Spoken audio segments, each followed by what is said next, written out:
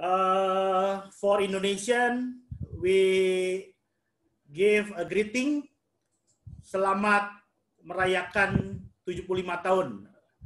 75 years Indonesia Independence Day. So, Merdeka. So, thank you for coming. Yeah, today we have a interesting topic. It means the topic is the digital and economy. Very relaxed, yeah, because I know all of you in the Friday, and also we also want to give greetings to all of you celebrating Islamic New Year, yeah. Selamat Tahun Baru Hijriah for all. And today we have a special speaker. Some of them I will read the participant speaker. One is welcome Widjaja from Indonesia Embassy in Singapore. So Ibu Widjaja, you can hear me? Thank you, Pak. Okay, welcome to everyone. our line. And also I will give a greeting to Rayvan. Rayvan just now. Yeah, welcome Rayvan. And hi, Pak. Welcome. And also I also will give a greeting to Ryan from Edufied. Rayvan just now from ACKTEC, yeah, from Singapore. Ibu Widjaja from Indonesia Embassy Economy Function. Hi, Hi, Ryan. Yeah, hi. Yeah, this is Ryan, Edufied. And also I will give a greeting to Christian Jonathan. Hello, everyone. Yeah, Christian from A1 for Impact. So all of you as a speaker, I will already give you as a co-host. And later on, we will have also some of the speaker from Indonesia, Ibu Jully, Tjindrawan, we're still waiting from Robotic Explorer. And also from Alibaba Entrepreneurs Fund. Later, Grace Wong and Teddy Liu. But before we start, please, for all of you, please mute your sound, and also if you want to have a, to introduce yourself, or you have any question, you just put in the group Zoom. And because now already around 3 p.m., so we will start the event. And for the beginning, I will ask Ibu Widjaja as a special guest from Indonesian Embassy in Singapore and Economic Function. Ibu Widjaja, greeting for the new role. Yeah, actually, I know Ibu Widjaja long time in Singapore. After I know Ibu Widjaja role as an economy, immediately I invite Ibu Widjaja to share a little bit about the economy and digital era, especially for Indonesian nation. Because, Indonesia celebrating 75 years. And also, because Indonesia also have a program, Indonesia 4.0. And hopefully, in the collaboration, more Indonesia will growing. And of course, now Indonesia have a 5 unicorn. Hopefully, in the future, we have a 25 unicorn. Okay, please go ahead, Widjaja. Thank you very much, Pak Stephanus. Hi, everyone. Very good afternoon. Yeah, allow me to introduce, maybe I'm new to most of you, but I've been here in Singapore for the last 3 years. So next September, it'll be my 3 years in the Indonesian Embassy in Singapore. But I was at the consular section. So I was dealing with the protection of Indonesian migrant workers in Singapore. And just recently, I was moved to economic section. This is actually not a new thing for me because my education background was in economy. But as a diplomat, we have to be able to do everything. So I was very grateful when I was moved to economy, because at the end of my assignment here, I am tasked with the role that I'm quite familiar with. But I'm not really familiar with digital economy. I have a very limited knowledge. So what I'm going to share to you is just a bit of thoughts after reading here and there, and try to compile reports and also speeches. So I would like to share my ideas about digital economy in Southeast Asia, and particularly in Indonesia. But before, I would like to say thanks once again to Pak Stephanus for allowing me to speak in front of you. I'm sure you're much more expert than I am, and I am also willing to hear lots of new knowledge and also stories that you can share after my thoughts. So, ladies and gentlemen, we all know that at the current world that we live in, more than ever, the presence of technology becomes more important. And it's not only required by the affluent nations, but it's required by all the nations worldwide. And for the past few years, there has been a very rapid development of technology in the region. Some of the big economies in Southeast Asia, like Singapore, Indonesia, Philippines, Vietnam, and Thailand, with the population of almost 570 million people, they are among the swiftest or the fastest or the most rapid growing markets in the world. And if compare with the global world, our economy in the region, in Southeast Asia region, has averaged, the economic growth average 5% annually. Of course, it excludes the current pandemic, yeah, but every year we witness that the growth of economy in our region, the average is more than 5%. And we have read the reports that by 2030, Southeast Asia is expected to become the world's fourth largest economic bloc. And it actually indicates a very stable and rapidly developing region that is well on track to become a new economic powerhouse. And in this regard, Indonesia, as one of the emerging markets in Southeast Asia, is also making headlines. The country's internet economy is growing very incredibly for the last few years compared to the neighbors in the region. And currently, Indonesia ranked the top for its digital economy value in ASEAN and even in Asia. Currently, it's valued at 40 billion US dollar, and by 2025, it is predicted that it could reach up to 133 billion US dollar. And it actually a very high leap compared to only $8 billion 5 years ago. And you must be very familiar with the digital reports issued by We Are Social, that the internet users in Indonesia in 2020 now reaches 175.4 millions. It means approximately 64% of Indonesians or Indonesian population are very familiar with internet. And it grows 17% compared to the one in 2019. And it is therefore not a surprise that in the field of digital economy, Indonesia is witnessing digital economy innovation in the growth of many startups. Like Pak Stephanus previously mentioned, that Indonesia has the most active startups ecosystem in Asia, and now it ranks the 5th after US, UK, India, Canada.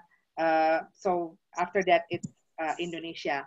I think now we have more than 2,200 startups in Indonesia, and Indonesia has 1 decacorn. So it's not unicorn anymore, 1 decacorn Gojek, and 4 unicorns, including Tokopedia, Traveloka, Bukalapak, Tokopedia, and so on.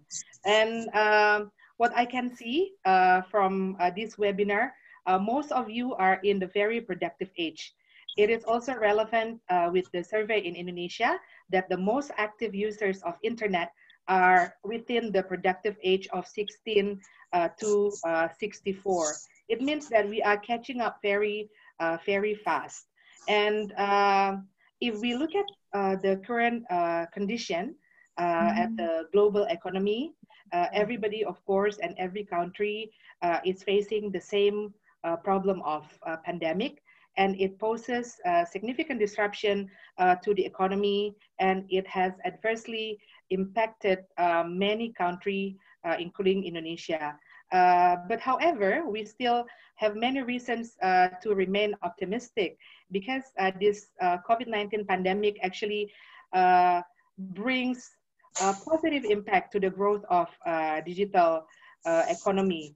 COVID-19, in fact, advancing the rise of digital economy, and now we can see that the usage of coding and programming has become more and more relevant.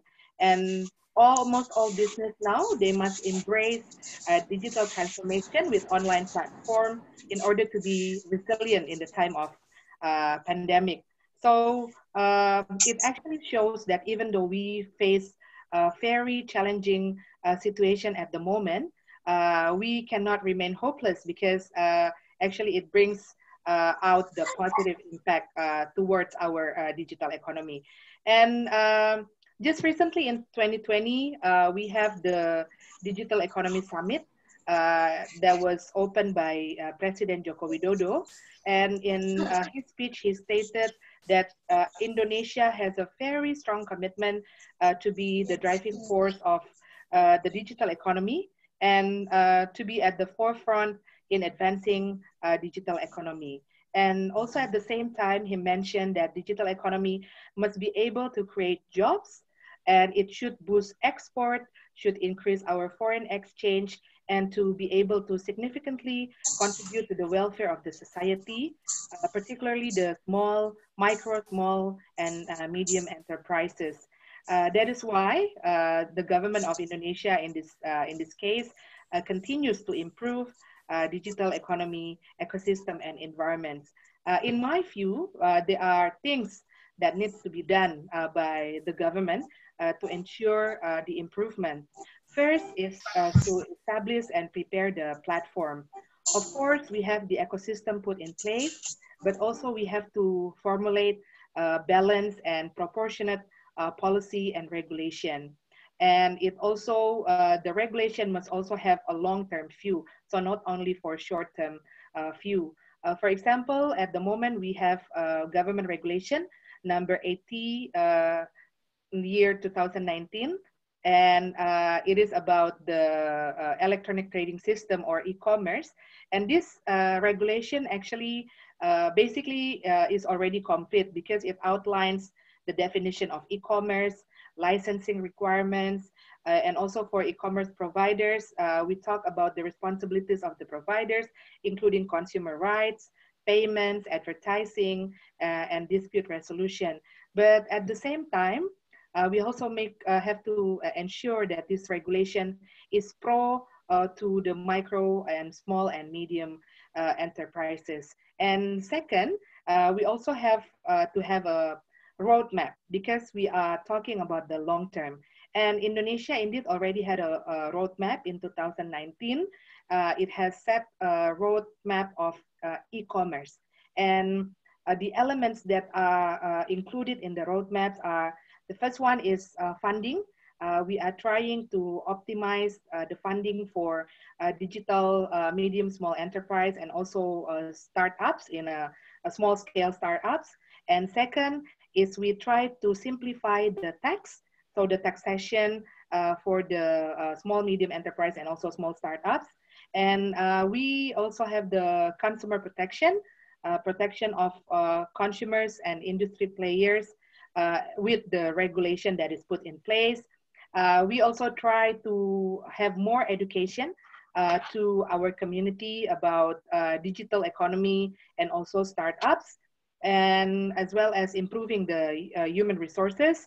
And we try to put in place the communication infrastructure. So we have the improved infrastructure, as maybe you are well aware of. We have Palaparing, so it can reach every parts of Indonesia. So internet is everywhere, all over the place in Indonesia, so that we are more internet literate and we have more knowledge about digital economy. And the government also tries to provide and increase the efficiency of the logistic, particularly for e-commerce logistic, and as well as try to formulate the regulation about cyber security in order to regulate the crime that might happen because of this digital economy or digital technology. So I believe that we have, Indonesia has enormous potential in digital economy. We have more than 260 million people at the moment, and most of us are in productive age. We have more knowledge about digital technology and digital economy. So I really hope that we can utilize every platforms, every media that we can use to improve our knowledge and also skill about digital economy, and also turn them into success and achievements, so that we can achieve what is predicted by the reports and by the analysis of big consulting firm, that Indonesia can be a new economic powerhouse in 2025 or 2030. So I think that's all my view, Steph. I am very much welcome if there are any inputs or maybe discussion. As I mentioned earlier, that I am very newbie in this digital economy, but I hope I can also learn from all of you who are going to share your thoughts later. Thank you. Thank you, Ibu Icha. And by the way, Ibu Icha is also the translator for the many, very famous in Indonesia. I always saw Bu Icha is a translator, especially for the wife of Mr. President Joko Widodo. And thank you, Bu Icha, for your sharing. Actually, yes, as an Indonesian, especially in the region, like some of the area is we are based in Singapore. We need to grow, and we need to improve our resources in Indonesia, especially because Indonesia is, just now you mentioned, a lot of resources, the talent, many area.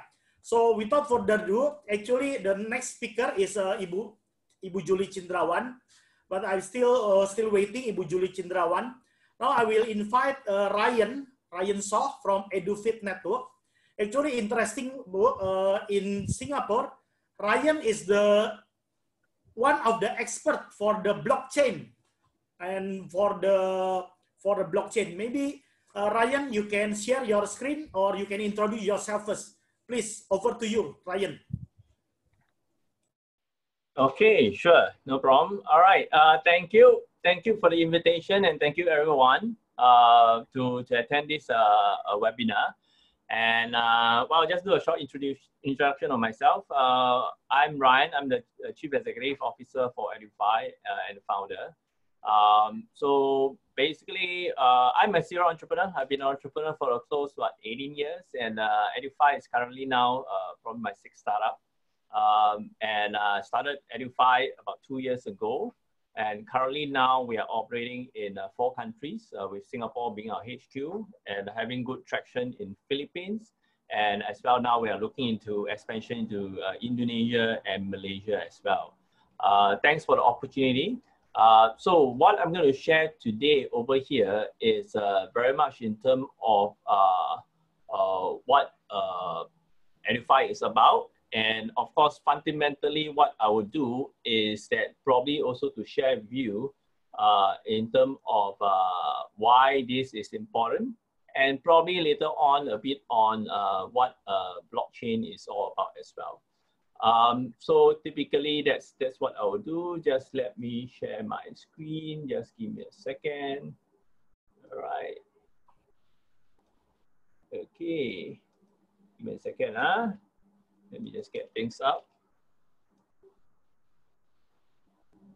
All right. Okay.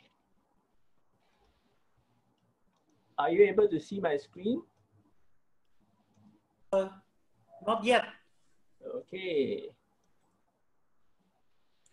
Yes. All right. We How about now? Yes. Okay, that's good. All right. So, well, I'll just keep it a short, concise, because I know that I only got 10 minutes, and of course, leave the rest to the rest of the speaker to share about their business as well. So I'm from Edufied. We are blockchain-based document storage and verification system. So typically we provide a SaaS model, a system as a service style arrangement, allowing document issuer to really issue documents easily, verifiable documents for recipient to just keep, where there will be a what we call a dashboard. And any requester who want to request for the validation of the credentials can just simply validate the credential by sending a QR code. So that's about it. Okay. Now you and I know that actually, fake credentials, certificates, diploma, degrees, transcript can be easily purchased offline and even off the street. And this is typically quite common, to be frank. And one of the things that I actually managed to do is that now I was going to Philippines, and there was this street that they call Recto University, all right? And you can actually practically go in, spend anything from $14 USD to probably like $100 and get any documentation out from that street. And you guess what I did last year? Yeah, I went to that street, paid $14 USD, waited 30 minutes. I'm now a graduate of well-known universities in that in Philippines. Idea is really not to utilize the cert, but you and I know that today, if you just go online, you can obtain any fake credentials from any country, all right? And we are not just talking about education credentials over here. As the world starts to moving away, not just academic credentials, there's a lot of skills and work credentials that we're looking at, and you're talking about the skill set credentials, like for example, Technical Education Skill Development Authority, a Workforce Authority in Philippines as well, facing the same issues of fake credentials. So that is where Edufied is. We are here to solve this issue. We position ourselves as a technologist, not just a technologist, but a specialized edutech company that founded just about 2 years back. And the fundamentals is actually on blockchain. So I'm going to just spend next few slides talking about blockchain, just one. Wow, blockchain is definitely not new. And in fact, it has been around almost 10 years. And obviously, about 3 years ago, when talk about blockchain, everyone will actually associate this with cryptocurrency. Nothing wrong with that, because Bitcoin is actually powered by blockchain technology. But the key thing is that not all blockchain technology have cryptocurrency in the system. An illustration that I always like to use is that Toyota is a car with an engine. But the thing is that not all car is a Toyota, but all car actually have an engine. So today, in terms of the technology per se, is that as a driver, I will just focus on driving from point A to point B. Well, I don't really bother about whether how to make the engine, how to fix up the engine. I leave it to the developer. So from an end user perspective wise, as a blockchain, you just have to understand that this is a new technology stack. All right. And these are the next two points which will be important for you to make certain informed decision when using blockchain technology. So the next 2 points is blockchain is just a database, and it works on the decentralized framework. When I talk about database, typically we are talking about, you and I have experience with database like a cell, all right, where you delete a man and then it leaves no audit trail. For blockchain itself, is actually packed up in the block and all chain up. But the thing is that once it's chain up, you cannot delete or amend. Now, what happens if you want to have new data or amendment? Simply add in a new block, and that's where the viewer or requester can easily see the latest data and the string. So in other words, blockchain is a trusted, verifiable, immutable database. So that's the second thing. The third thing is work on a decentralized framework. It's just a number of servers. So instead of just having a fixed server aspects of things, currently now the blockchain system has about 100, 1,000 or even 10,000. In order to hack the network, you need to take over 51%. So just imagine if your network have 1,000 nodes, all right, or server, the hacker actually need to hack 510 in order to take over the network. So that further increases the security levels of things. So in summary, all you need to do is just remember these 3 points. Blockchain is just a new technology stack. All right, that's the first thing. Second, blockchain is a trusted, verifiable, immutable database. Actually, point 2 is the most important thing, okay? And third, it runs on the decentralized framework. So what is Edufied? we use blockchain technology to solve the pain point for 3 key stakeholders. One will be credential issuer, not just the academic, anyone who issue certifications, no professional training. We are here to help them to inmate fixed cert, lowering down costs. As an individual or recipient, because it's digitalized, you no longer need to worry about reprint, losing your cert. If today you ask me where I keep my cert, I probably have to think hard. Okay, where's the place that I kept them? All right, I'm not quite sure you have the same issue as me, but if today everything is digitalized, it's much easier for me to store and share because everything now is what we store in the learner passport for instant validation as well. So we focus very much in terms of mirroring the same solution architecture as an issuer, where you have the administration office, your registrar, and your board approval. So we mirror the same 3 process. Now, when a lot of myth is like, oh, if it's issued on digital copy, is printing still allowed? The answer is yes, of course. No, you can simply just print over a PDF copy, but there's a digital copy for validation itself, simply scanning a QR code per se. As an individual, same thing, you can print as many copies as you want. No longer, you need to ask for reprint request because the validation now is just scanning a QR code or drag and drop electronic file. So for someone who wants to share the credentials, so for a viewer, as mentioned, scanning or dragging the digital file. Our system is API ready. So technically, if you have a ready management system, a learning management system, we are all than happy to actually work with you to be able to be your backend system and you leveraging on our technology to be able to deploy tamper-proof certification. So in order to use our system, very straightforward, immediate use of full integration. For plug and play model is just 3 simple steps. Select the type of issuance you want, upload the Excel sheet, and third, approve. There's 3 simple steps to use our solution, and this is done in three slides as well. Select what you want to do today, whether a learner account creation, cert, or transcript, or you are just wanting to upload one Excel sheet containing all 3 different information, you can do that. Download the Excel sheet, upload it. Third step that you're talking about is just reject and approve, and you're done. And that's how simple to use our system. And ultimately, what we want is to create an academic and training passport, all in one, fully digital, shareable, verifiable, looking at the last mile validation process. Now, as mentioned, although we are slightly over 2 years, our actual production itself is about 1 year itself. And we are happy that actually quite a handful of education institutions, both in Singapore and Philippines, is using our system. So this is a news article, FINMA Education rolling out tamper-proof digital diploma in the new normal. All right. Well, eventually, when you have social distancing, when you can't actually go to your universities or institutions to collect, and you actually want to find a job, and having to prove that you have a copy of your diploma or certificates and transcript, and you can't get it, so it becomes quite a nightmare. And we are happy that we're able to bridge this gap. Because this is just one testimonial from one of the students. I used the digital certificate to apply for my first job, and I got hired. All right. So typically, we are here to actually bridge the new normal, looking at the digital aspects of things, the pandemic, but looking at the technology to narrow down, and of course, narrow down the digital divide, so to speak. We're not here only talking about digital transformation. We are here to provide data analytics as well, stakeholder engagement, eventually building up a partnership ecosystem. So we would like to work with different partners in all over the world and to see how we can help you to narrow down your technology gap, so to speak. So moving forward, one of the key things that we are looking at is that we are not focusing not only just on future issuance. So if your schools or your training centers, there's like 10,000 or 100,000 or of alumni per se, and you want to get them on board, we can do that as well. So eventually we provide them with a smart CV builder.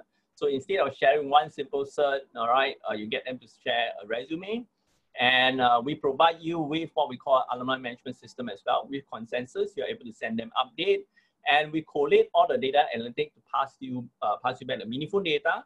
Like, for example, you would definitely like to know how well your graduate is doing 2 years down the road, whether they are pursuing a degree, master, PhD, or they are probably looking for the unicorns per se. So we are able to provide this information. So this is just my team. All right, I've been in the education industry for the past 12 years, and I have my partner, CTO Prana, who's been in the blockchain scene for about 6 years now. Gaze, head of product. Maran Insia MBA heading my Verified maritime industry. Okay, so typically that's about it. And I think Edufied, certified, verified, unified, we Edufied today. All right. Okay, thank you, Ryan. If you have any question from all of you, you just contact Ryan Soh, regarding the blockchain. And of course now in the digital economy, blockchain is one of the hot issue, especially in the Southeast Asia. Hopefully this simple explanation, all of you can understand more, and hopefully we can still collaboration. So the next speaker, I will invite our partner, Rayvan Ho from ACKTEC. Rayvan, please, over to you. Yeah, please. So Rayvan will talk about the education learning, all e-learning. What is the, the future of the e-learning opportunity and related with economy, please. Need you make me the co-host? Sorry. Okay, I already give a co-host to you. No, I was logging in from a device. Now I'm logging from my panel. Thank you. What is the, okay, Rayvan, yeah? Yeah, thank you. Okay, done. So later on, after Rayvan, we will invite also Christian later after Rayvan. Please, Rayvan. Thank you, Pak. Hi, everyone. Selamat sore. Selamat sore, Rayvan. Okay, so basically, ACKTEC is a fast-growing B2B immersive learning platform for all learners across Asia. So basically, what we want to do is not just bring immersive learning across ASEAN and Asia, we also want to bring jobs into Asia. So we are solving a problem for immersive learning. Basically, VR, AR, virtual reality, augmented reality, 3D simulation, all through a single platform, which we want to use as the mobile phone. So the reason why we want to do so, because we know the buy-in of the hardware is actually expensive, and we want to make this learning content a lot more easily adaptable through the mobile phone. So we developed a platform which is solely a proprietary platform owned by our company, which is called the ACKTEC Learn. It's allowing all the immersive learning through the mobile phone without you having to get a headset. So the two examples that you've seen over here are the things that we have done for a bus company in Singapore. For those who have been to Singapore, this bus company, you will definitely know who it was. This is SBS Transit. And the one on the right is actually training content we developed for train operators from Hong Kong, MTR Hong Kong. So we use this content for their in-house B2B training, where the students learn on our platform immersively, and they get a qualification and authentication from the company. So our vision is to scale about 10,000 learning content to help about 100 million learners in a changing world. So a little bit more about us. We have not just been in those sectors, we are also in 5 other areas, including preschool. We'll speak a little bit more on that later on, but in the corporation area, we are in real estate management, cleaning. Recently, we are in also beauty, L'Oreal, facility management, as well as transportation and work health safety. So in work health safety, we are looking at safety causes where it can be learning through immersively, or the one on the right where cleaning is being done, it is actually based on the Singapore Changi Airport. We train people who actually maintain the Singapore Changi Airport toilets immersively through our platform. So been around for 4 years and have served about 600,000, closing about 700 now. We'll be about 1 million by end of this year. We have been in Singapore, China, some parts of Indonesia, particularly in Bali, US,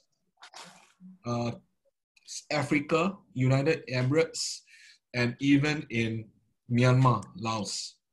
So we have gone from digitizing content. We also have started to build up a Taobao of content, which we call content where we learn in a marketplace.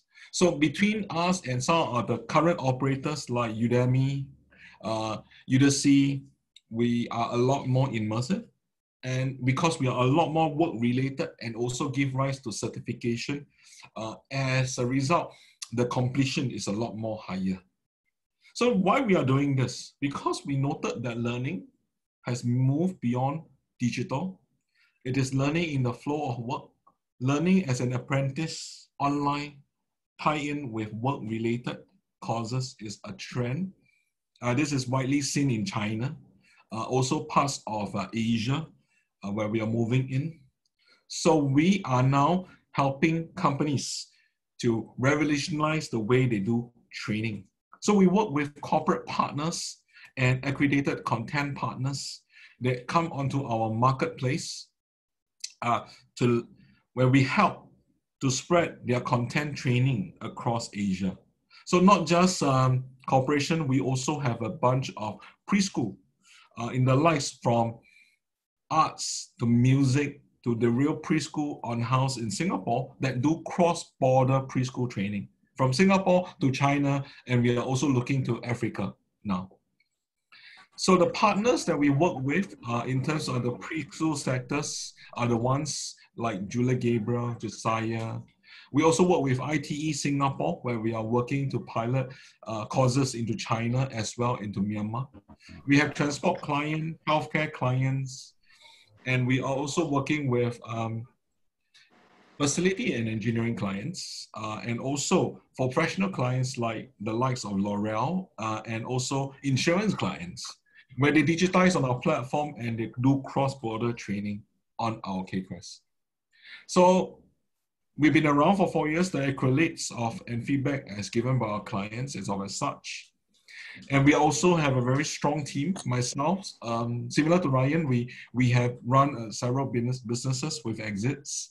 Been in the business for about 17 years. And I have a CSO who's a co-founder. He is also a World Bank consultant, ex-World Bank consultant, and a CTO for 15 years. And our CFO and COO are very experienced people in the market. Yep, that's all I have. If there's anything, you can let me know. Thank you. Okay. Later on, we have a question and answer after all the speaker present. Rayvan is interesting, yeah, in e-learning, not only in the Singapore, but also in Southeast Asia, even in Asia now growing very fast. Thank you, Rayvan. Now, I will invite another partner is Christian Jonathan. This is from AI for Impact. Please, Jonathan. Yeah, hello everyone. So, yeah, my name is Christian. I'm also Indonesian as well, actually. So, should I speak in Bahasa or you speak in English, Pak? In English, because some of us. Oh, okay. Sure. Okay. English. So, yeah, hello everyone. My name is Christian from AI for Impact, right? So, I think if you want to know more about what we do and all that, I think you can find out the website www.ai4impact.org. So, but I think what I want to share actually is more as a story of digital transformation and also like digital economy, right?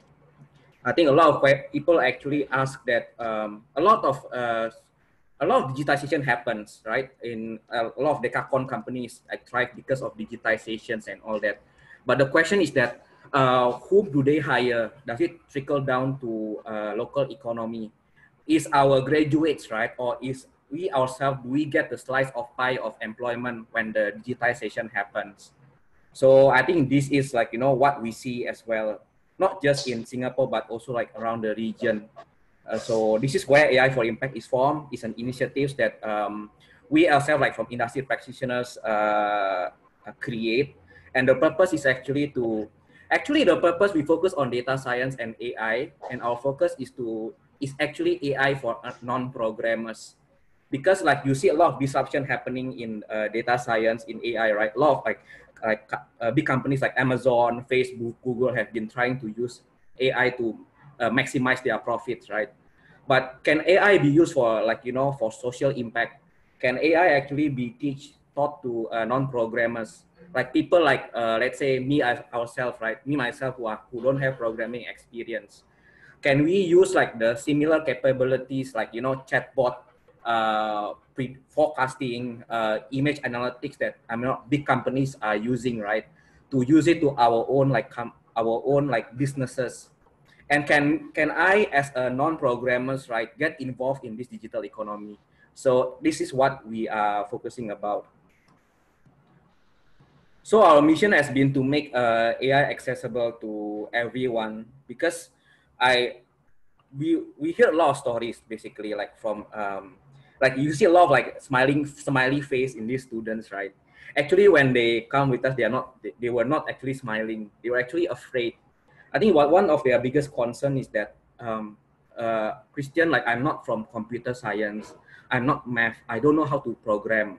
Am I still relevant or not to, in the digital economy, right? Where lots of employments are looking for data scientists, where lots of jobs are also like becoming more digital driven. And I think what our job is that, like, we want to debunk that if you want to go into digital economy, right? You don't have to be an expert programmer. A lot of people have actually are scared on getting into getting relevant, right? So what we do is that we try our best to introduce digital skills and particularly on data science, right, in a friendly way, as friendly as possible, so that these students or these students, not just students actually, like students, working professionals who are not from programming background, right, able to actually develop AI applications for their own business or for social impact. So we've been around, I think, like 2 years ago, but because of COVID right now, actually we are able to access a lot more students. So like even within 3 months, we actually train like 1,000 students, right? Not just students, but also like working moms, nurses. We also have nurses also coming into our program, right, to learn AI with us and develop some applications. So I think if I'd say like the biggest challenge that we have is that a lot of people have is that they don't know whether they can do it. So that's why for our part, right, we actually work with a lot of industries to introduce their own real world projects. So in Singapore, we know that COVID is happening, but before COVID, actually there is a dengue, where a lot of people, there's a spike of dengue casualties, right? And even right today, actually the spike is actually getting increased. So how can we, use AI to forecast where is the next dengue outbreak? So this is what we want to challenge, right? Because I think for us, right, as non-programmers, I think what we care about is how can AI solve problems? Why should I learn AI? Am I able to do something or not? Because a lot of people actually learn data science at their own pace, taking a lot of courses from Udemy and Udacity and all that, but they still people are still unsure whether they can really develop it or not. I also share. We talked to a lot of students, right? 2,000 students right now, and then when we asked on the class, right, we asked them how many of you know programming? So they answer, no one answers. There is 300 students actually, and this is from top university in Singapore. But when I ask you how many of you actually take programming course, a lot of people actually raise their hand. So this is what we see in terms of what's happening right now is that it's not really because it's not. I mean, a lot of people learn something, but they are still not confident to whether it can actually they can apply it or not. Then they become scared because they thought, oh, I might not be ready for the future jobs and all that. So we work a lot with universities. We work a lot also with organizations. I think also Pak Stephanus is one of our partner. And our mission is that when the digital transformation is ready, we want to make sure that the local talents are ready. So that's why I think on our side, what we do is that we built an AI curriculum that is designed for non-programmers, because programmers are only 1% of world population. 99% of us, including me, are non-programmers. Can we still like be relevant in the future jobs, right? So I think this is what we are trying to develop. So we create the AI learning, right? Learning modules to help non-programmers build applications. So that's number one. And number two, right? We also like, you know, connect a lot of like, you know, students, right? Or I mean, potential like employees, right? To future employers who are looking for talent. So the reason is because a lot of people are not confident, right? And they want to actually like get better jobs. So this is what we do as well. And I think more importantly, when it comes to digital transformation, right? I think we really want to focus on talent again, because let's say, right, we also speak to actually one of the Decacon actually, like one of the Decacon in Singapore, in Southeast Asia, because I don't want to mention the name. A lot of them, although they are actually like serving ASEAN countries, right, like Indonesia, like Singapore, but in the end, when it comes to hiring data scientists, they are actually they're actually hiring someone from United States or maybe from China. So that means like, you know, although like, you know, they serve the country, but the economy, right, the employment that they created actually goes outside of Southeast Asia.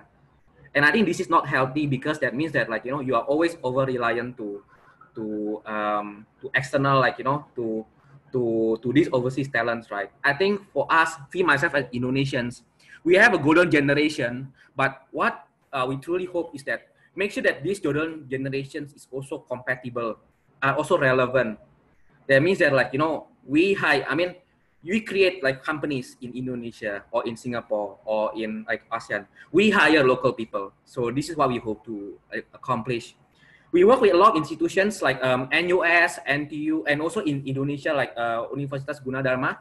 So like all of them are actually keen to learn AI, and all of them brings like, you know, unique projects.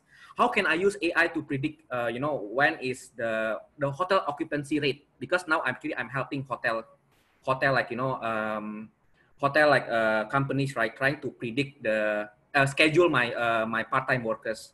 How can I use AI for my own schools, right, to build chatbots, right, that helps like, you know, make education fun. So AI is here to stay, and I think this is our job personally, to make sure that like, you know, the knowledge is accessible to as many people, so that when companies are looking for talents, they are actually hiring our talent. So yeah, can businessmen learn AI? I think we do. We tried already to lots of mothers who are actually trying, who are actually nurses. They try to build chatbot for them and dementia patients.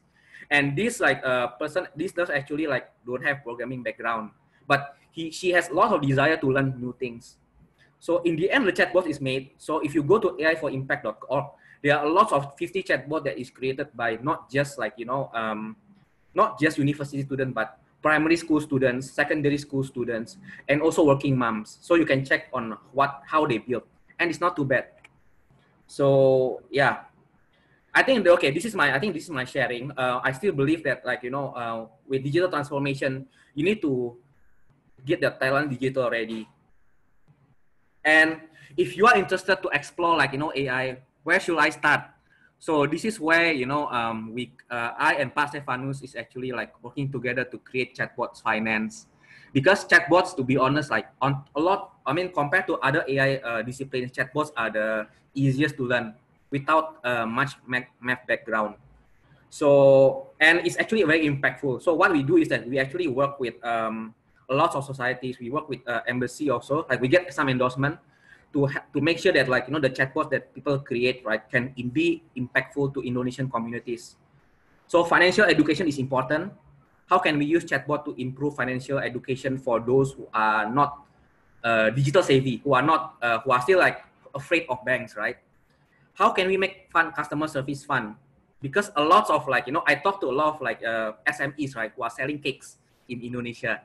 They actually employ 7 people to answer like customer service on WhatsApp. So because like a lot of customer service, like I think they process like 10,000 WhatsApp messages per day. How can we use chatbot to minimize like, manpower costs and automate the conversations? Personal finance, I think we all like into like, financial products, right? We want to invest, we want to know the right insurance. How can we use chatbot to make personal finance like very fun, especially for those who are not well educated? So at least they start, planning their future. So I think AI for Impact is about connecting, developing talents, and AI for Impact is about connecting talents and allowing them to develop something that is meaningful for the society. That's how we build confidence, and that's how we enable our local talents, right, to flourish given the digital economy. So I think that's my my sharing. So if you have any questions, I think you can talk to me later on. Thanks, Pak Stephanus. Okay, thank you, Christian. So we still waiting 2 other speaker, one from Jakarta, one from Hong Kong. Before that, I will open the question and answer to several speaker already. Maybe I will ask to if all of you have a question, you can raise your hand and you can ask directly, or you can write in the group Zoom your question.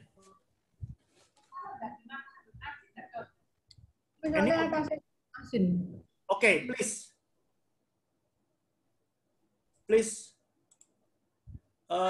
If you want to ask some question, you just open your mute, unmute. Ibu Felicia, you want to ask question?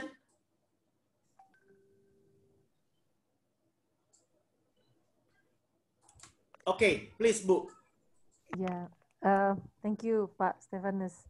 So as I'm actually representing the ecosystem for agro marketplace over here. So I was trying to think of what the service could be actually be provided as well by Mr. Christian Jonathan in the need that we might do export-import for agro product from Indonesia. So I kind of still try to think about what actually. Okay. Thank you, Bu. Thank you for the question. Just to check, you're asking for me, right? Maybe just to check. Okay. Yeah. So I think AI for Impact is a set of initiatives. So what we do is that we work with organizations, right, to provide AI learning modules. So I think especially for those without programming background. So what we do is that typically with associations, right? So we work with, I think we work with FinTech Society in National University of Singapore. Yeah. So what we do is that they have some problems, right? And the problems typically is very domain specific. So if you're talking about agro business, right? So one possible thing is that, how can I create chatbots to help my farmers, right? To help farmers learn best practices on how to farm better, for example. Or how can I create chatbots that can help me promote my agriculture product, right, to the farmers. So I think what we see is that what we believe is that, like, a lot of people already know specific domain. Farmers know about agriculture. They know the problem. They know the right solutions, but they don't know how to use the technology to solve that problem. So what we typically do is that we actually engage the organizations, right? So we engage university, we engage FinTech Society. I think in Indonesia we also like have discussion with Diskom Info Jawa Barat. So we talk to them, and then they actually share their problems. Pak Christian, like a lot Indonesia, like, stunting is an issue. How can we use AI to actually predict? Let's say my kids, right, went to Puskesmas for quite some time with the healthcare, like, basically like a clinic, basically. How can I use that data, right, to know that when is the probability of stunting? So that's one. So basically we talk directly to the organization to understand the problems, and we train them. So we are not the one who build the solution to them. We train their organizations, right, so they can solve their own problem using AI. So I think straight away from agriculture, right, number one, chatbot is actually very relevant. How can I use chatbot to help sell more products? Because a lot of people like, especially Indonesians, because we like to talk, right? We like to socialize. Like there is some kind of like, very interactive, friendly interaction side. But sometimes like 80% of the questions, right, actually are top 10, can be summarized into 10 questions. So how can we make sure that, like, when the sellers are, when the customers, like sellers are interacting with 1,000 customers, right, they can actually like automate some of the most commonly asked questions. So this is where chatbot can be used. So that at least instead of hiring like 5 people, right? Yeah, they actually like, can use chatbots to automate some of the frequently asked questions. If the chatbot cannot ask questions, right, then a chatbot will say, oh, for more questions, you can contact Bapak someone, or Pak something, or Ibu something. Then like, they will address the questions. Okay. Later on, we will have a question and answer in the end. For the event, this one, now Ibu Jully already joined, and after Ibu Jully, also we can give a welcome to Grace Wong. Hi, Grace Wong from Alibaba Entrepreneurs Fund and JUMPSTART. Later, so now I will invite Ibu Jully first. After Ibu Jully, I will invite Grace later. After Ibu Jully, Ibu Jully, you can share your about robotic. Okay. Hi everyone. Nice to see you. Yeah. Mrs. Grace. Yes. Mr. Tristan, hello. Thank you for the opportunity, Mr. Stephanus. I will wait for my staff to share the screen. Yeah. I already give Mr. Bernard as a co-host, so he can show the screen. Pak Bernard, you can share the screen, please.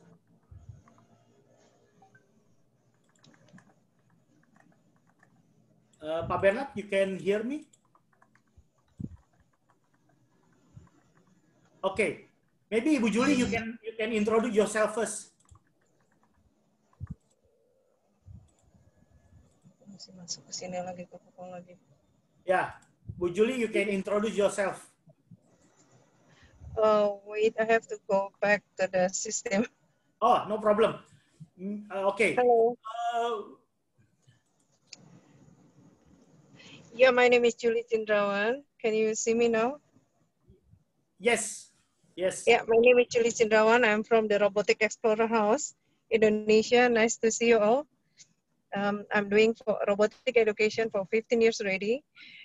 And for now on, if you want me to speak about the economic and the robotics, I thought right now I'm developing a robot Forex. It's called Agile Robot for Forex Economic. We've been using it for 14 years. Actually, I have the screen to share, but I don't think Bernard is here ready. Is Bernard here ready? So sorry, I'm on the way. Somewhere I cannot see on the laptop my file. I will share the video, book. I can share the video. You want? Or maybe you can share the video first. I talked to Bernard. Okay. For a while. Yeah. Okay. Thank you, Mr. Stephanus. Okay.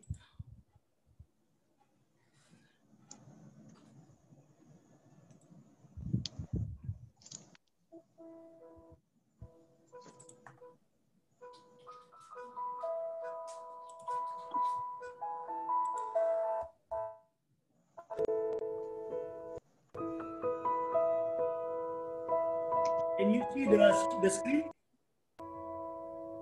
Indonesia tanah air beta pusaka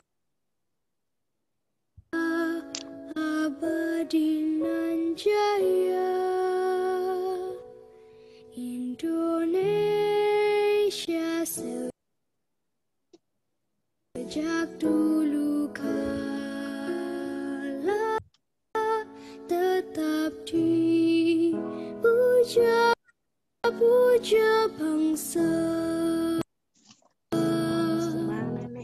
Di sana tempat lahir jalan nggak bisa pakai HP. dibuai, dibesarkan bunda, tempat berlindung di hari tua, tempat akhir menutup mata.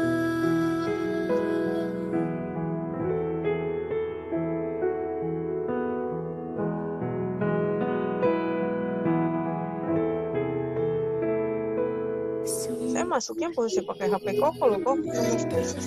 Air mata tiada bandingnya di dunia, karya indah Tuhan Maha Kuasa bagi bangsa yang memujanya.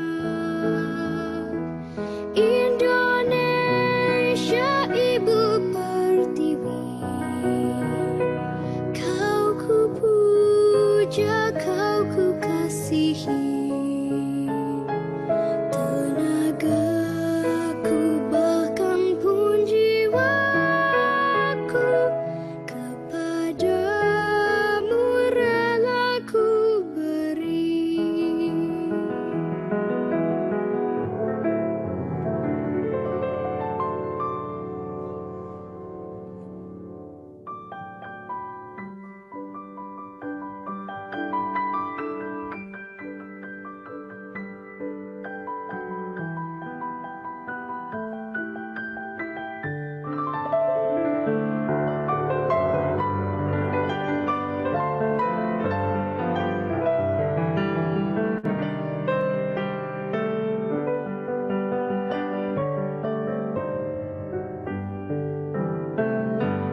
Di sana tempat lahir beta,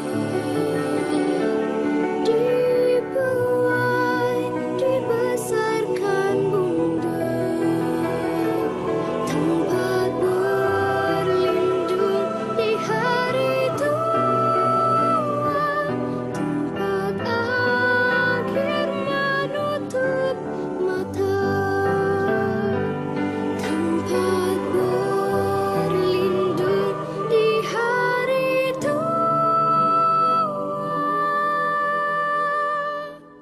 tempat akhir menutup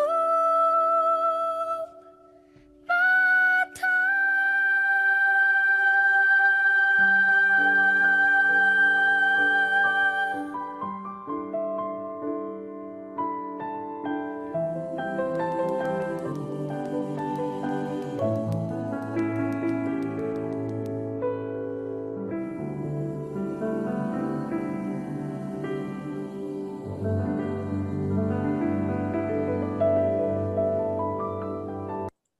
Wow, thank you, Ibu. Very interesting. Robotic already in Indonesia, Bu. Okay, Ibu Jully, maybe you can explain what is all about the robotic, Bu, just now.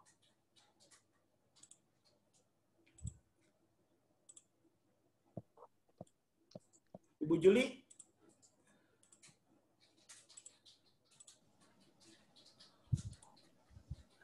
Okay.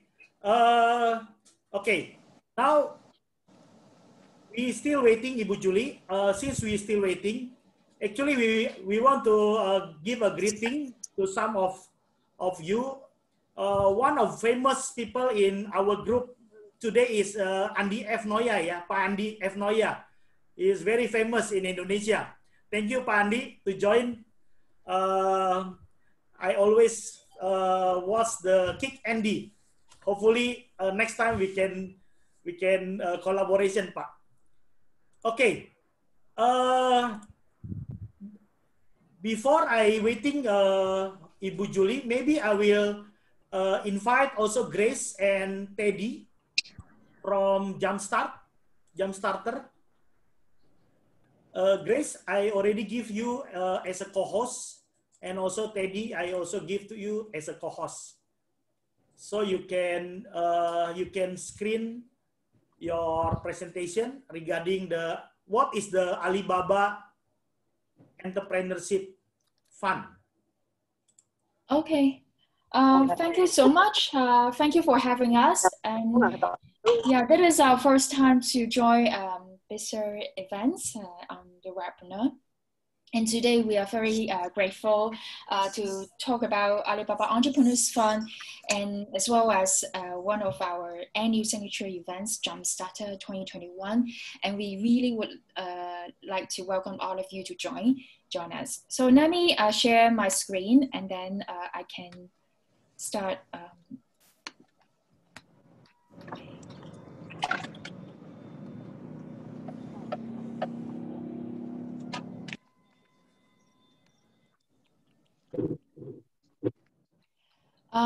So today we will take just first few minutes to go through what we are doing, and then our annual events, and then we still open for a couple of minutes. If you have any questions, we are happy to answer it. So Alibaba Hong Kong Entrepreneurs Fund actually is a nonprofit initiative launched by Alibaba Group since 2015. So this fund is set up purely for empowering the startup community through our investment and through our youth entrepreneurship education.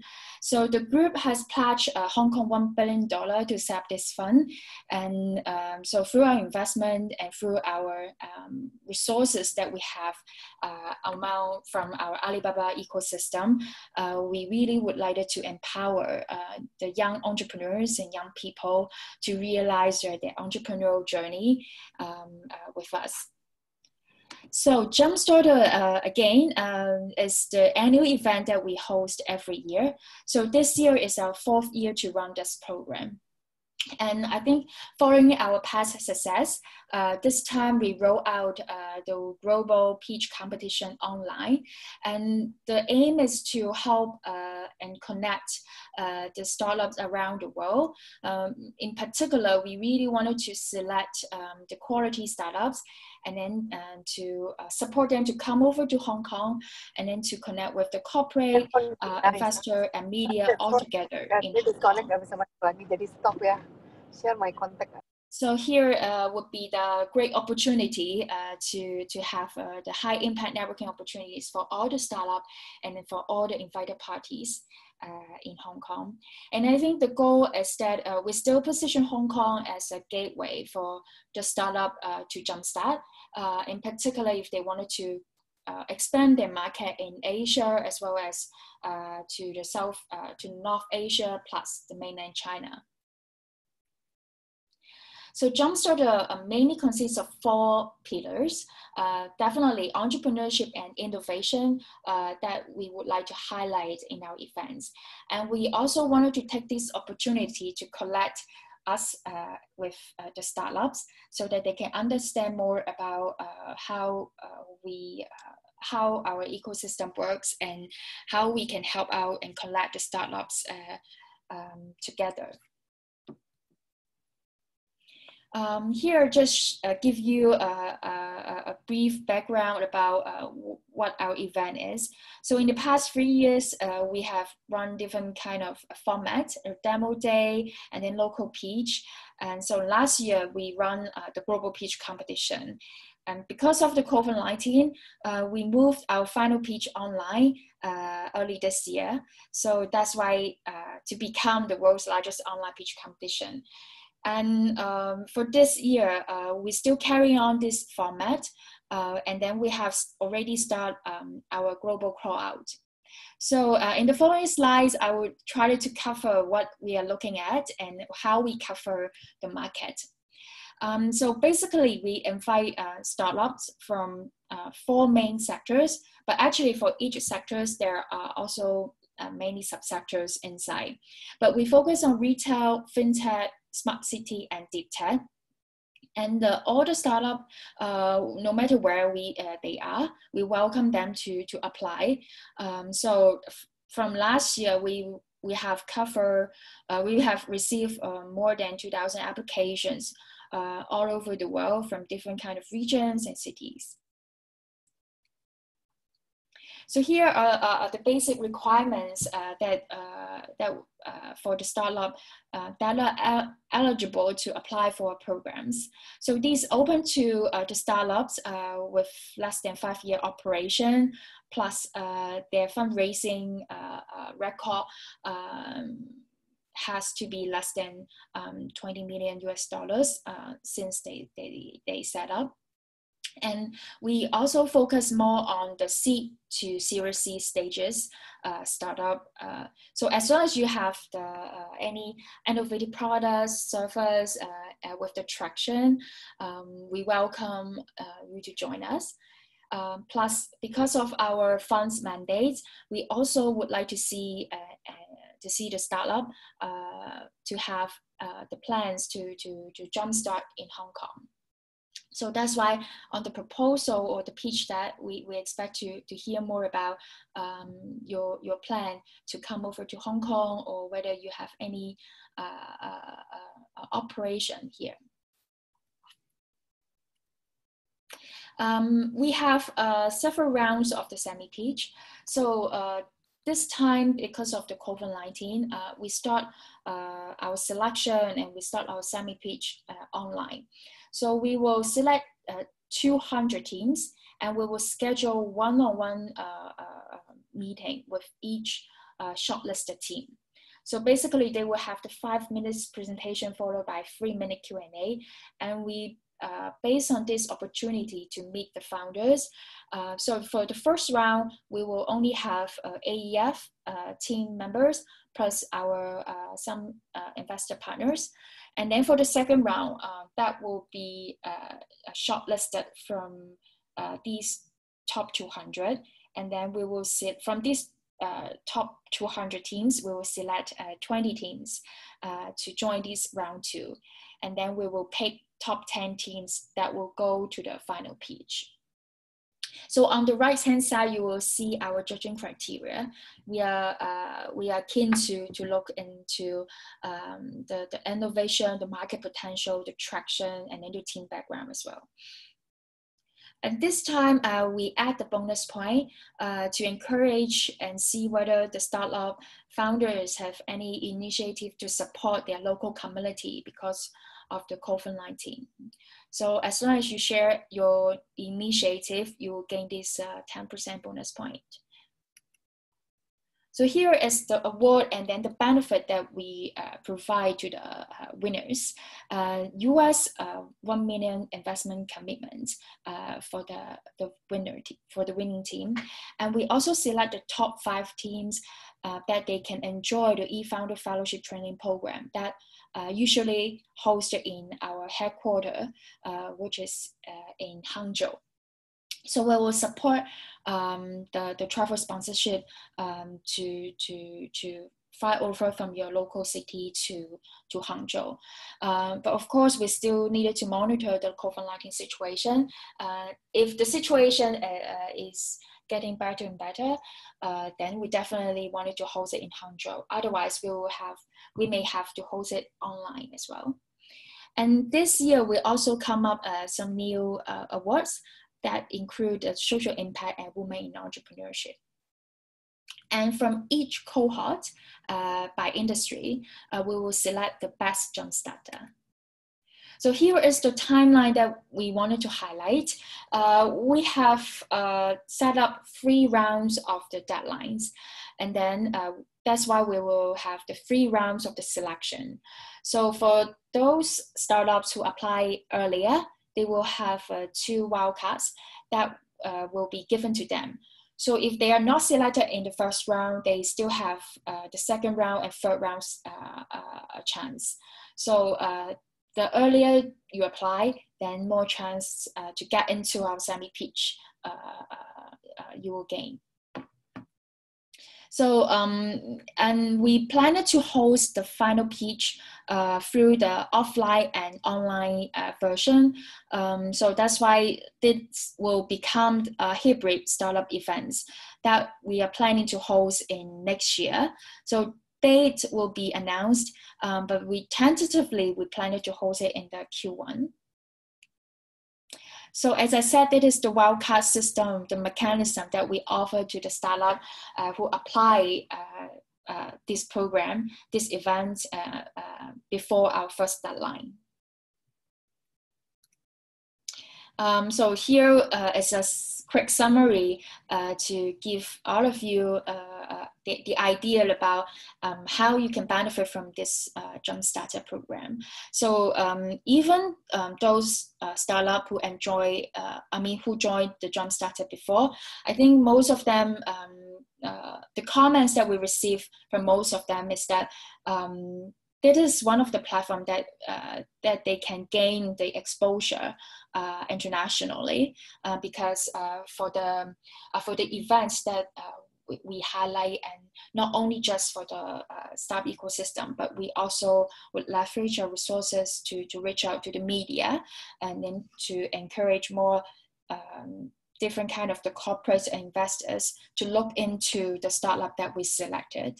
So we will have our platform to feature the shortlisted startups background so that the corporate representative and investor can get access to the founders whenever they want.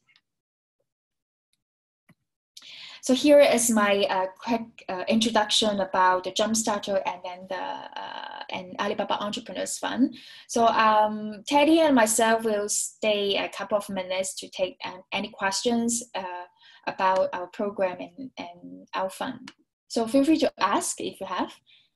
Yes, if all of you have a question, you can ask to Grace or to Teddy. And of course, thank you, Grace, for the collaboration. So hopefully we have from Indonesia or from Singapore can be a winner or even come to Hong Kong next year, hopefully. Any of you have a question? Okay. If you quite shy, you just write down in the group chat. And before that, maybe I will also give a greeting to Ibu Nining. Hello, Ibu. Long time to see you, Ibu Nining. From Indonesia also, is very famous in Indonesia. One of the leader for the SMEs, UKM Center. Apa kabar, Bu Nining? Any of you have a question to Grace or Teddy? Or yeah, maybe Grace, I will ask to you what this expectation if for the especially in the economy and the digital for Alibaba, why they do this competition like you know, like a entrepreneurship jumpstart or entrepreneurship fund. What is the reason behind of them? Yeah, I will try to answer this question, and yeah, Teddy can just jump in if or add on anything that if I've missed out. Sure. The core reason is that is tying with our mandate and our mission, because we really wanted to help just the little guys. I think that is the mission that we have for the whole Alibaba group. So to help all the business to start anywhere, that is our mission. And on our fund itself, we really focus on the early stage companies, that is the startup, that is the the young founders. So how we can empower the startup ecosystem in Hong Kong and in region, I think it is so much important to pool the resources all together, not just you just grow the startup community locally, but you needed to have more connection with different talent pools around the world.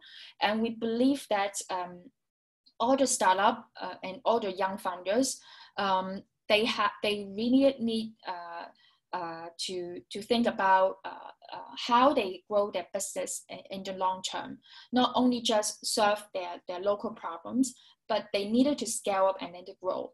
So how we can connect these startup and then founders all together, we think that hosting the events and then hosting these kind of the programs would definitely help out the startup to have more opportunity to get the exposure together with the other corporates and then the investors.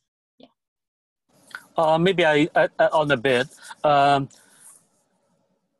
Personally, I think JUMPSTARTER is just not an event. It's like a platform that we gather the startup companies and investors, also the corporates. Some MNC will join us as well. We would like to like a platform to mingle, let them mingle with each other, and so they can then share their lists and also their resources together. Yeah, especially in this difficult time, a lot of startup is facing a lot of challenges. Some of them, they may just have 3 to 6 month runway.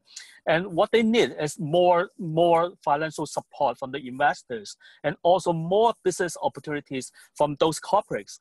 I think that is critical. And that's the reason why we don't slow down this year. We keep it go on, especially under this circumstance. I think we want to be the role model, okay? Even in difficult time, in hard time, we still keep moving. And I think that's the way to promote the entrepreneurship. Thank you. Okay, thank you.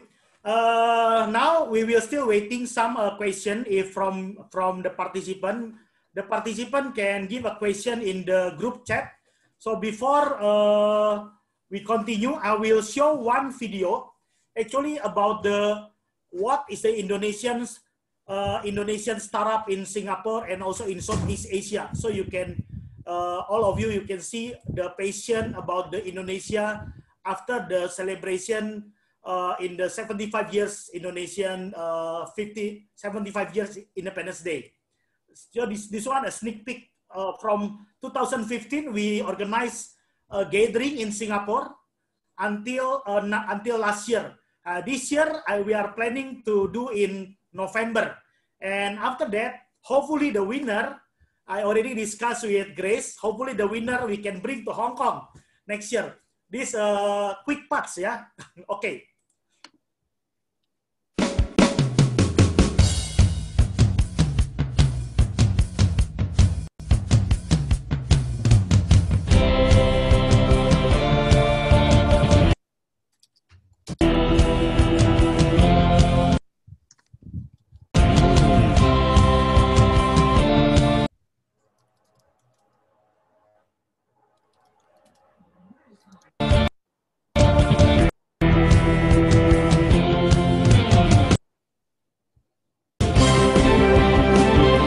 It is quite an honor to be here on these wonderful events, and it's a great opportunity for me to sharing with a lot of young entrepreneurs here. Hi, my name is Dennis, and I'm the co-founder of Crowd8. Through this event, I hope that I can attract more entrepreneurs, especially young entrepreneurs, to fulfill their dreams and to be more active.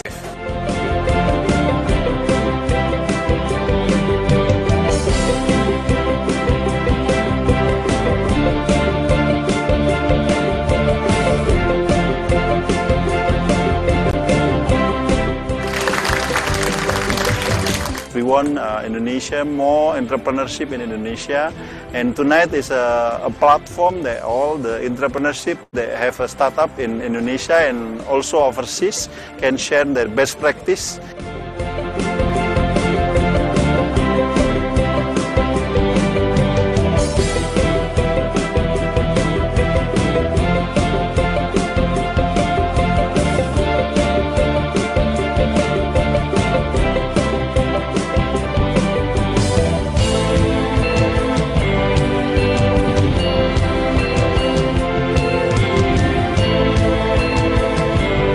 Session tonight, I'll be able to expose our Indonesian-grown premium Chinese tea to the regional market. We will continue to do business together to build the city of Medan to be one of the most improved, most developed city in the nation and in the world.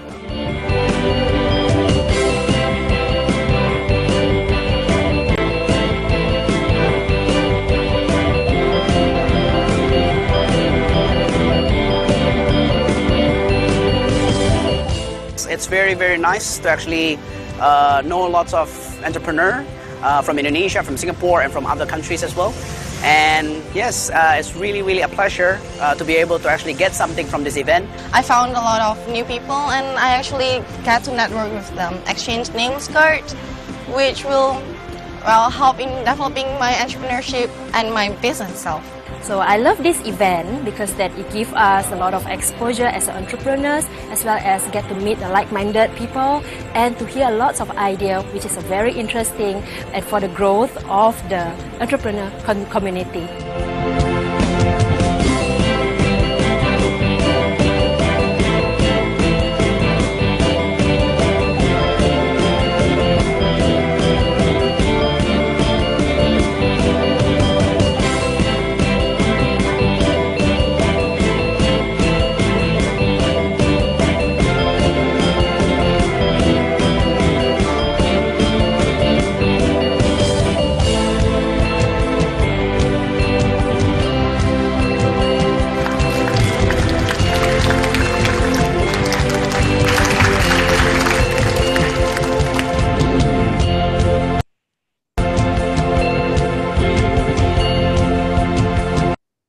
This one the sneak peek about the industry, especially people before the COVID-19 from Indonesia. They come to Singapore, they raise the startup inside in Singapore. But until from 2015 until last year, we very normal. But this year, because the COVID-19, the economy and the digital must doing the the new era.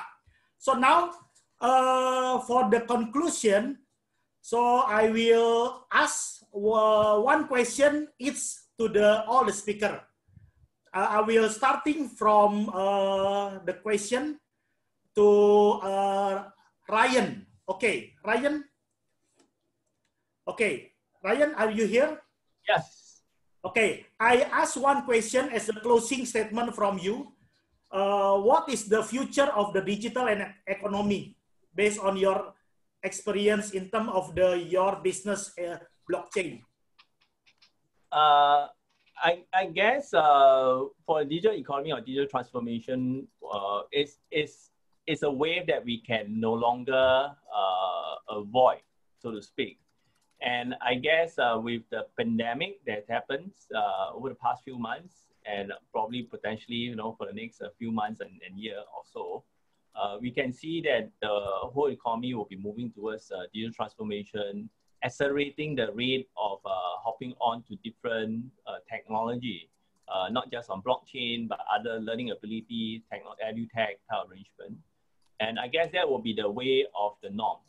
I mean, like for example, I guess most of us was not really comfortable with webinar. I'm sure. All right. Over the past few months, we are hopping from webinar to webinar, this to that. And if you really think of it, that actually improves productivity.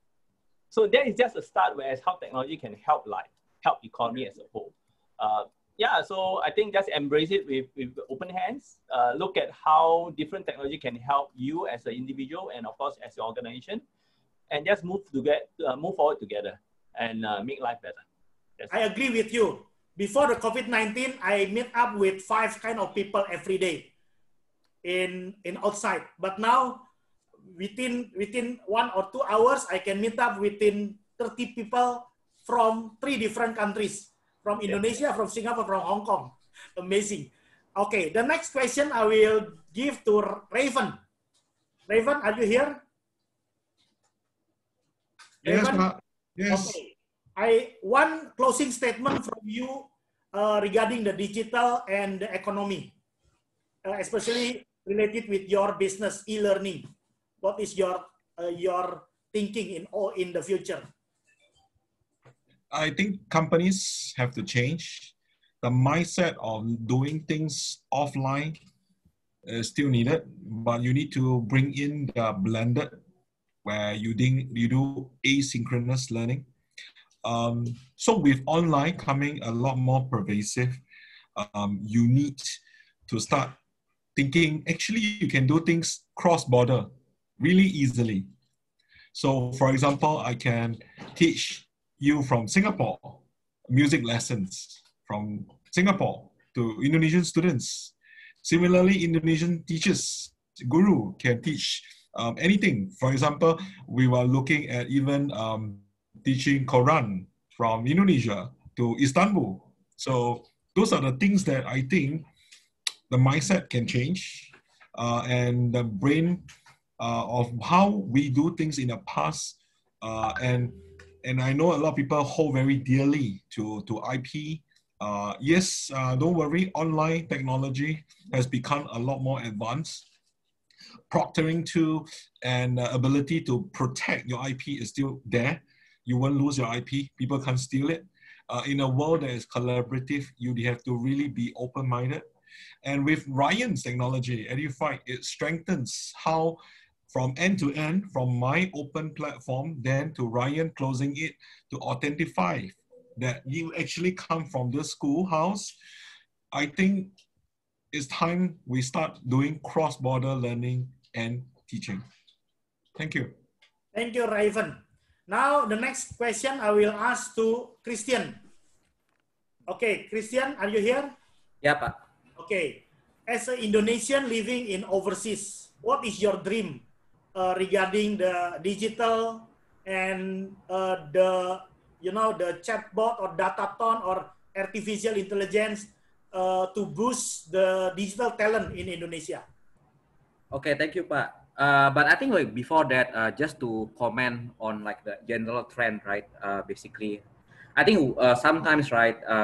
Actually, learning resources and digitization products are everywhere. Like Rayvan mentioned about e-learning, like a myriad of e-learning options offered by, ACKTEC, right? And Ryan talk about like blockchain services to make certifications like tamper-proof and easy, right? So for me personally, what is needed actually, number one is, to be honest, like what is lacking from us is actually self-confidence. We think that like digitization can only be done by a specific, by someone else, by experts, by programmers. But actually, like everyone can do it. I think the mindset, the confidence, right, that to showcase that you can do it, right. The can-do attitude is actually the most important part. Like right now, if everybody's afraid of digitizations, like everybody thought like their sales can reduce because they can't meet online. But actually, if you say, oh, actually this is just a hurdle, I can do it. I can actually build. I can actually use like Zoom to make it more productive. Like Pak Stephanus, I know you are meeting like 5-6 different people, right? Like organizing like different kind of seminars, right? So I think the can-do attitude is important, but can-do attitude also comes from confidence. Never underestimate our talent. And I think we ourselves as a businesses, right, try to also like be confident about our own capabilities as well. Everybody can start learning. Everybody can do something. It's just that like you have to be confident in yourself, and you have to start taking actions instead of being afraid. So I think this is my take. Yeah. Okay, thank you, Christian. I also now will open one round to the people or to the participant here. If you have any question regarding the JUMPSTARTER or the Alibaba Entrepreneurship Fund to Grace, or from the speaker also can, from Christian or from Ryan or from Rayvan or from any others, you can ask question, feel free. If don't have question, I will ask to Grace to give a closing statement. Grace, are you here? Oh yeah, thank you. Thank you so much.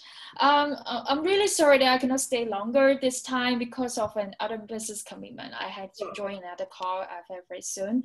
But I'm really thankful to be here and share about what we are doing and our program. So I have already left my email address on the group chat. So any one of you, if you have any questions about the JUMPSTARTER 2021 or anything about Alibaba Entrepreneurs Fund, or if you wanted to get connected with Alibaba, just send me the email. I'm happy to make the connection. Oh, one question. Is it Hong Kong still safe or not? Because we heard in the newspaper or in the media last year is very, you know, scary. How about now? Hopefully growing good. I think overall there is there's no social unrest right now. But of course, COVID-19 is affecting every one of us, and not only just in Hong Kong. So I think this is something that the government and every one of us needed to stay cautious and try to stay safe. Yeah. Okay. But this is as usual, so we still can get online and doing the business on Zoom or on whatever platform. So as all of you are the entrepreneurs, nothing can stop us. Sure. The spirit of entrepreneurship. One question just now coming from Miftah Nur Hafiz. Grace, you can read or you want to answer? You mean the last one? Is it? The last one, yeah, the last one. New normal, the impact offline.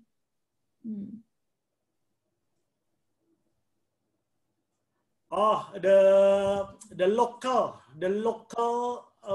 wisdom or local digital emerging. Yeah, frankly speaking, I think the pandemic and then for all of this doesn't impact much about us. To be honest, we came across a similar situation, I think back to 2003 and 2004. That time we all suffered the SARS. And then this SARS, this is kind of the tough time for us, but for everybody. But at the same time, this is also the opportunity for Alibaba to thrive at that moment. We really improved a lot how we work online. Not only just we serve the customers online, but all about the infrastructure or the mechanism that we are working on. We did not have any impact on that. So I think this, and in particular for this time, even I'm back to the office today, but actually we still deploy the work from home policy and everyone can still get access to our intranet and then can do the call and to do whatever we can. So I think that is the new normal about how we work. No matter where you are, what time you are in, you can still do business. So that is something that I would say we are quite resilient in this situation. But I think personally, everyone still needed to adapt to this new normal. But I think our DNA in Alibaba, we are all the entrepreneur. Even we work for the company, we are not the founder.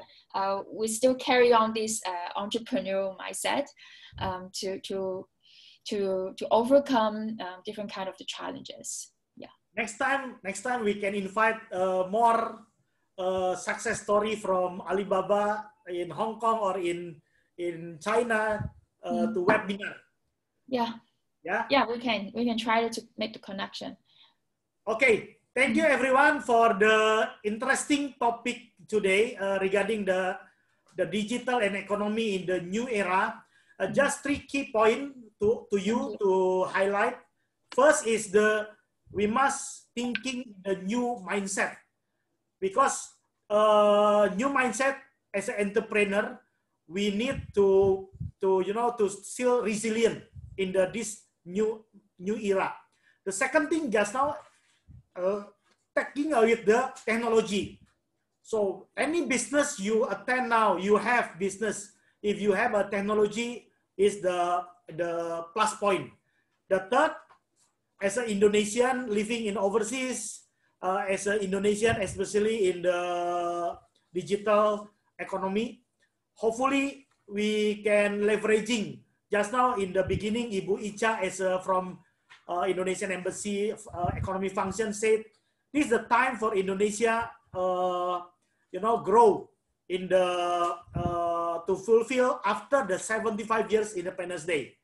Okay, stay healthy for you, and happy Islamic New Year for all the Muslim people, and also happy Independence Day to all Indonesian, and stay healthy. Salam Merdeka.